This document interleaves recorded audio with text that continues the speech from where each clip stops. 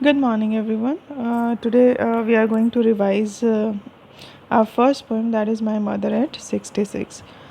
First, I will tell you about the summary of the poem and then I'll explain you line by line. So, My Mother at 66. This is a touching poem written by Indian poet Kamla Das, who wrote under the pen name of Madhvi Kutti. मतलब ये एक poem है जिनको कि कमला दास ने लिखा है और जो उनका पेन नेम होता था, पेन नेम में जब हम अपनी राइटिंग्स लिखते हैं तो we can change our name. तो जो उनका पेन नेम था वो माधवी कुत्ती था। In this poem she describes her feeling of love and attachment towards her ageing mother. ये जो पोएम है उन्होंने अपनी जो फीलिंग्स है वो डिस्क्राइब किया, अपना जो लव और अटैचमेंट है कि वो अपनी माँ से कितना प्यार करती है, उसको उन्होंने इस पोएम के अंदर शो किया है। Once the poet went to visit her mother, she was on her way back to the airport to return to Cochin. एक बार जो पोएट थी वो अपनी माँ से मिलने जा रही, मतलब अपनी माँ से मिलकर वापस अपने घर जा रही थी और अपने रास्ते में थी कोचिन एयरपोर्ट के। She looked at her mother who was seated beside her in the car. उसने अपनी माँ को देखा जो कि उसकी कार में उसके साथ ही बैठी हुई थी। Her mother had dozed off. मतलब उसकी जो माँ थी वो सो चुकी थी। एंड हर एजिंग फेस वो स्मोकी एंड कलर लाइक ऐश। और उनका जो मतलब फेस था वो बहुत ज़्यादा मतलब स्मोकी, मतलब धुंधला हो गया था, बिल्कुल ऐश जैसे कि राख हो जाती है, मतलब लाइफलेस हो गया था और कोई भी कलर नहीं रहा था, कोई भी चमक नहीं रही थी उसके फेस पे। जैसे कि आपने देखा होगा कि जब ओल्ड एज हो जाती है तो people are like that. Her mouth was open and she resembled a dead body. उनका जो मुंह था वो खुला हुआ था और उसने जो है अपनी मदर का जो फेस है उसको किससे कंपेयर किया है, डेड बॉडी से। जैसे मरने के बाद इंसान लाइफलेस हो जाता है तो इसी तरीके से उसकी जो मदर का फेस है वो भी कैसा हो गया, लाइफलेस हो गया। The poet realize that her mother was old. जो पोइट है वो रियलाइज़ करती कि उसकी जो माँ है वो बहुत बूढ़ी हो चुकी है। She felt pain and sympathy for her, इसीलिए वो उनके लिए बहुत ज़्यादा पेनफुल फील करती है और उनके लिए बहुत सहानुभूति रखती है। Her mother needed love, affection and care, क्योंकि ओल्ड एज में हर एक इंसान को प्यार की ज़रूरत होती है, अफेक्शन की ज़रूरत होती है।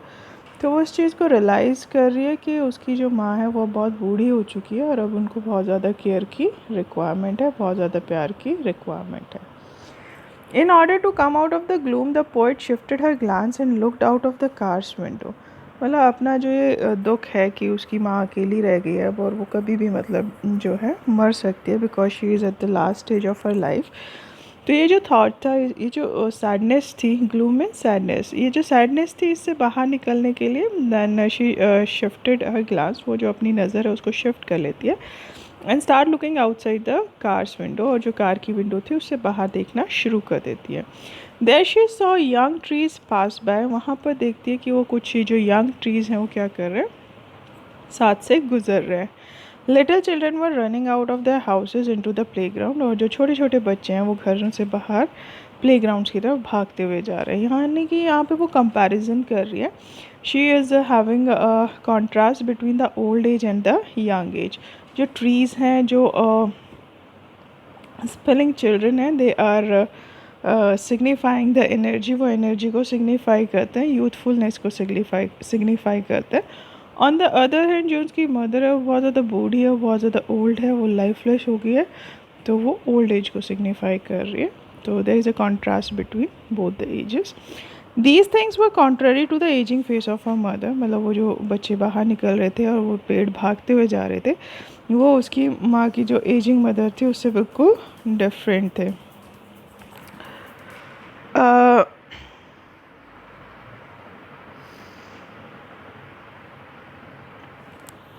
These things they symbolise energy, life and happiness. और वो किसको सिम्बलाइज कर रहे थे, वो जो बच्चे भागते हुए बाहर आ रहे थे वो सिम्बलाइज कर रहे थे कि वो जो लाइफ है वो किससे भरी हुई है, एनर्जी से और खुशी से। मतलब उसकी जो माँ थी वो तो बहुत बूढ़ी हो गई थी, कोई भी फेस पे कुछ भी नहीं रहा था, अभी फेस पे कोई चमक नहीं थी, फेस पे कोई एनर्जी नहीं थी। लेकिन ऑन द अदर हैंड जो बच्चे भागते हुए बाहर आ रहे थे और जो रनिंग ट्रीज थे वो एनर्जी को, लाइफ को शो करते थे। As they reach the airport and the poet was about to leave for the aeroplane. जैसे वो एयरपोर्ट पे पहुंचते हैं और जो पोइट है वो मतलब एरोप्लेन के लिए मतलब एयरपोर्ट के अंदर चली जाती है वो सिक्योरिटी चेक के लिए। She glance at her mother one more time, वो फिर से अपनी माँ की तरफ देखती है। Her mother appeared weak and pale just like a moon in the winter season. वो फिर से रियलाइज़ करती है कि जो उसकी माँ है वो बहुत ज़्यादा वीक हो गई है, एकदम से पीली पड़ गई है, जैसे कि मतलब विंटर सीजन में जो हमें मून दिखाई देता है, धुंधला दिखाई देता है, पेल दिखाई देता है, विदाउट एनर्जी दिखाई देता है, तो उसकी माँ भी बिल्कुल उस विंटर मून की तरह हो गई है। Which seems to have lost all his strength, जैसे कि वो अपनी जो सारी ताकत है उसको खो चुकी है। The poet fell the pain and fear of losing her mother. जो पोइट है वो बहुत ज़्यादा पेन में है और वो डर चुकी है अपनी माँ को खोने से।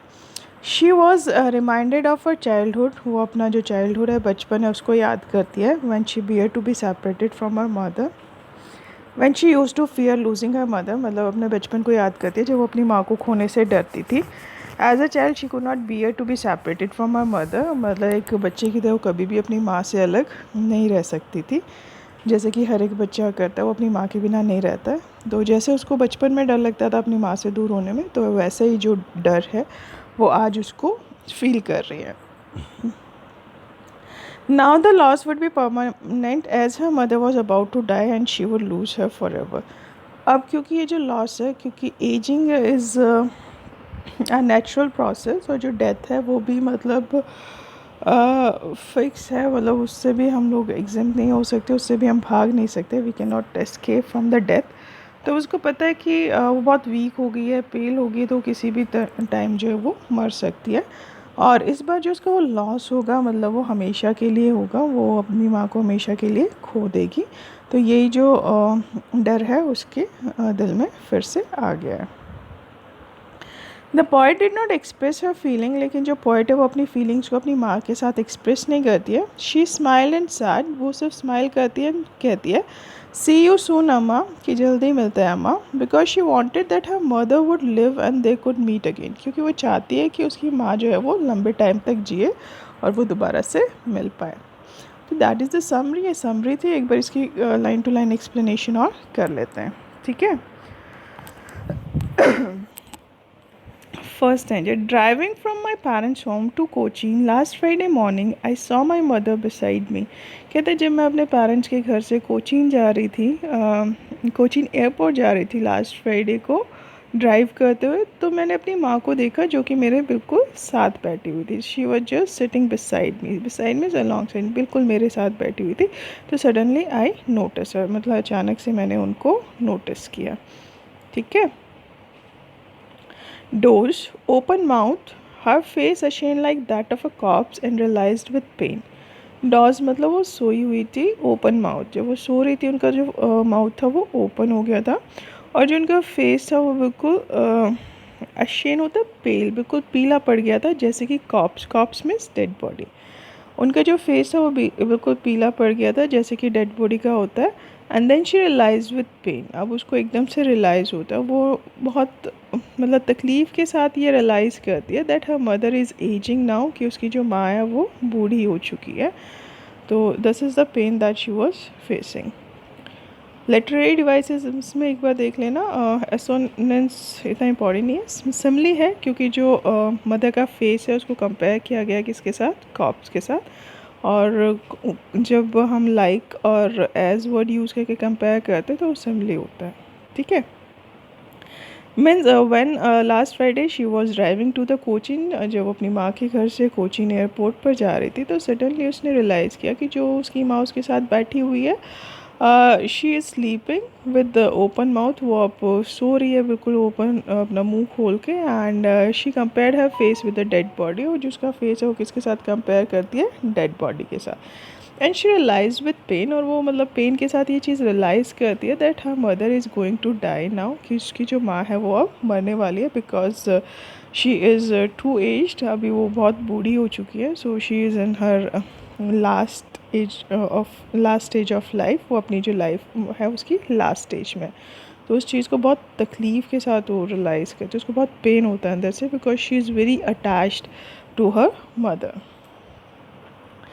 That she was as old as she looked, मतलब कि वो उतनी बूढ़ी हो चुकी है जितनी कि वो दिखाई दे रही है।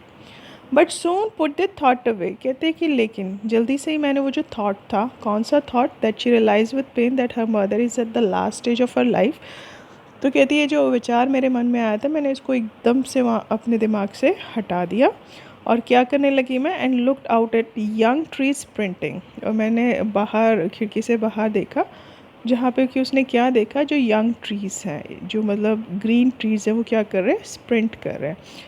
क्या ट्रीज़ भाग नहीं सकते हैं, but here it has been personified, जो ट्रीज़ हैं उनको पर्सोनिफाई किया गया है कि वो भाग रहे हैं because of the speed of the car, क्योंकि वो जो स्पीड है कार की, वो कार जो है वो स्पीड से चल रही है, तो जब वो बाहर देख रही है तो ऐसा लग रहा है जैसे जो ट्रीज़ हैं वो भी रन कर रहे हैं।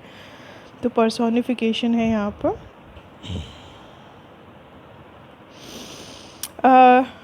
Looked out at young trees sprinting, the merry children spilling out of their homes, और जो मैरी मीन्स खुशी वाले, हैप्पी जो बच्चे हैं वो अपने घर से बाहर निकल रहे हैं। Spilling out means coming out of their Holmes.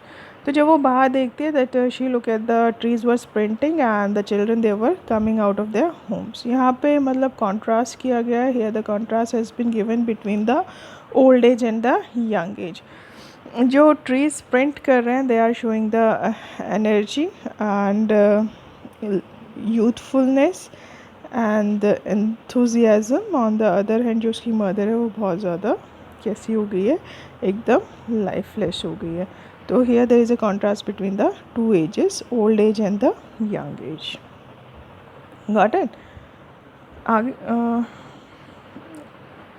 यही है इसके अंदर कि मतलब when she realize with pain that her mother is at the last stage of her life, then she put the thought away just to change her mind. She started looking outside the window, and outside the window she looked at the trees were sprinting and the children were coming out of their homes happily, and these things were full of life and energy. On the other hand, her mother who was sitting beside her was lacking the energy. Literary devices में देख लीजिए, imaginary है, जो poet है वो sprinting और Mary children को spelling करते हुए बोल रहा है। But after the airport security check, अब वो एयरपोर्ट पे पहुंच जाते, कहती है तब तो उसने वो अपना जो माइंड था उसको सेट कर लिया था, उसको मतलब उस जो थॉट था उसको अपने माइंड से बाहर निकाल दिया था, and she started looking outside the window. लेकिन जैसे ही वो एयरपोर्ट पे पहुंचती है वो फिर से अपनी माँ को देखती है। But after the airport security check, standing a few yards away, I looked again at her, wan pale, wan means weak, pale means colourless, yellow मतलब पीला पड़ जाना। तो कहते हैं कि जैसे ही वो एयरपोर्ट के सिक्योरिटी चेक करा के पहुंचती है तो she saw mother standing few yards away from her. वो देखती है कि उसकी जो माँ है उससे कुछ यार्ड्स, कुछ दूरी के ऊपर खड़ी हुई है, और वो उसकी तरफ एक बार फिर से देखती है, और जब वो देखती है तो वो क्या देखती है, that her mother is quite weak, her mother is quite colourless, कि वो बहुत कलरलेस हो गई है, बहुत वीक हो गई है, एकदम से पीली पड़ गई है। मतलब once again she notice her mother, and again what she notice that her mother is ageing now, कि उसकी जो माँ है वो बहुत बूढ़ी हो गई है। Wan and pale. Wan means weak and pale means yellow. As a late winter's moon and felt that old familiar ache. मतलब उतनी ही वीक हो गई है, उतनी ही पेल हो गई है जैसे कि मतलब लेट विंटर मून होता है, जैसे कि जब सर्दियों के दिन होते हैं तो जो मून होता है वो अपनी ब्राइटनेस नहीं शो कर पाता, बिकॉज फॉग और मिस्ट होती है, तो वो धुंधला दिखाई देता है, और वो मतलब अपनी जो चमक है उसको खो देता है। तो उसी तरीके से जो उसकी माँ है उसने उसको कंपेयर किया है विंटर के मून के साथ, कि जैसे विंटर्स में मून अपनी जो ब्राइटनेस है उसको खो देता है, in the same way her mother had lost her brightness, her mother had lost her shine, जो कि एक यंग एज में होती है। तो वो कहती है कि उसने फिर से अपनी माँ को देखा और वो बिल्कुल वैसे ही वीक और पेल लग रही थी जैसे कि विंटर्स में मून दिखाई देता है। And she fail that old familiar एक, और वो जो पुराना दर्द था वो फिर से उसको फील होता है। कौन सा पुराना दर्द? माई चाइल्डहुड फियर, जो मेरे बचपन का डर था। कौन सा था बचपन का डर? That I might lost my mother, कि शायद मैं अपनी माँ को खो दूँगी, means the pain of separating from her mother, वो डर कि वो अपनी माँ से दूर हो जाएगी। तो वो जो पुराना फैमिलियर एक था जो उसको बचपन में डर लगता था अपनी माँ को खो देने का, तो same kind of pain she is feeling now, वो वही वाला दर्द जो है वो फिर से फील कर रही है when she looked at her mother, जब वो अपनी माँ को देख रही है। But all I said was see you soon, लेकिन उसने सिर्फ उनको क्या कहा कि all I said was see you soon, मैंने सिर्फ इतना ही कहा कि मैं आपको जल्दी ही मिलूँगी अम्मा। All I did was smile and smile and smile, और मैंने सिर्फ क्या किया, स्माइल स्माइल और स्माइल। यहाँ पर रिपीटेशन है, ये जो वर्ड है इसको बार बार रिपीट किया गया। Now she is saying that I didn't share my feelings with my mother, जो मेरी फीलिंग्स थी वो मैंने अपनी माँ के साथ शेयर नहीं की। ऑल आई सेड वॉज, मैंने सिर्फ इतना ही कहा कि फिर मिलते हैं अम्मा। And what I did was smile smile and smile, मैंने सिर्फ क्या किया, स्माइल स्माइल और स्माइल किया। And I told her to see you soon अम्मा, मैंने इनको बोला कि जल्दी ही मिलते हैं। That's all for today. I hope you all understand the point. Explanation इसके साथ भी दी हुई है, if you want to go through it then it's fine. Otherwise तो मतलब आप अपने ही जो कॉन्सेप्ट्स हैं वो क्लियर करेंगे खुद से पोएम रीड करके, तो वो ज़्यादा बेटर होगा। Thank you, have a nice day.